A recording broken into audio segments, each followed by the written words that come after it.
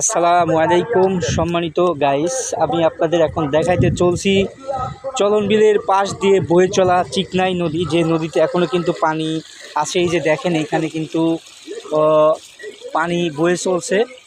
এটা উঁচু থেকে পানি আসছে, এই নদীর শাখা দিয়ে পানিগুলা চলে যাবে। আর এটাই হলো সেই চিকনাই নদী। এই নদীতে দেখেন কত সুন্দর একটা দৃশ্যপট। ওই যে ওই পাশে কিন্তু মাছ ধরা চলছে এবং যার পাশ দিয়ে সারি সারি নৌকা। এই নৌকাগুলা কিন্তু মানে কোনো অযথা নয়, এই নৌকাগুলা দিয়েই কিন্তু যারা হ্যাঁ মাছ ধরে থাকে, বিভিন্ন জায়গা থেকে মাছ ধরে নিয়ে এসে আমাদেরকে উপহার দিয়ে থাকেন। তো সেই রকম একটা সুন্দর দৃশ্যপট নিয়ে আজকে আমি আপনাদের সামনে হাজির হয়েছি। এবং আমার এই সাইডে দেখেন একটা সুন্দর বট গাছ, অনেক বড় বট গাছ, সুন্দরভাবে ছায়াদান করছে। এবং এই যে উঁচু যে ব্রিজটা দেখছেন, এটাই হলো চলন বিলের মাঝখান দিয়ে বয়ে চলছে। তো এত সুন্দর একটা দৃশ্যপট আসলে আপনাদেরকে না দেখালে আমি তৃপ্তিবোধ পাচ্ছিলাম না। তো আমার ইচ্ছা হচ্ছে এই যে আমি এখন চলন বিলের পানি স্পর্শ করছি, একদম সতেজ পানি, সব কিছু মিলিয়ে পানি বয়ে চলছে।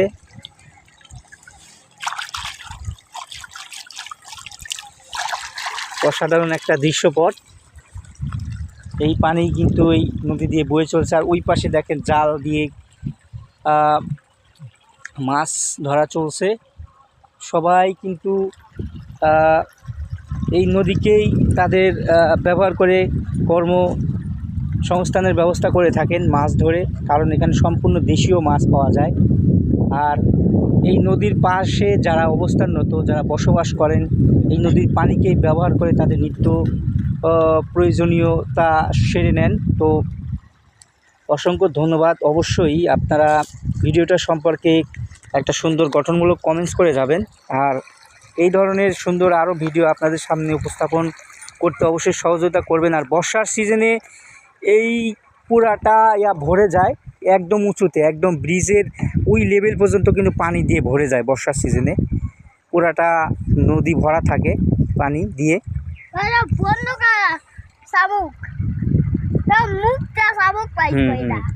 মুক্তা শামুক পেয়েছো, হ্যাঁ। তো যাই হোক, আপনারা অবশ্যই একটা সুন্দর গঠনমূলক কমেন্টস করবেন এই ভিডিওটা সম্পর্কে।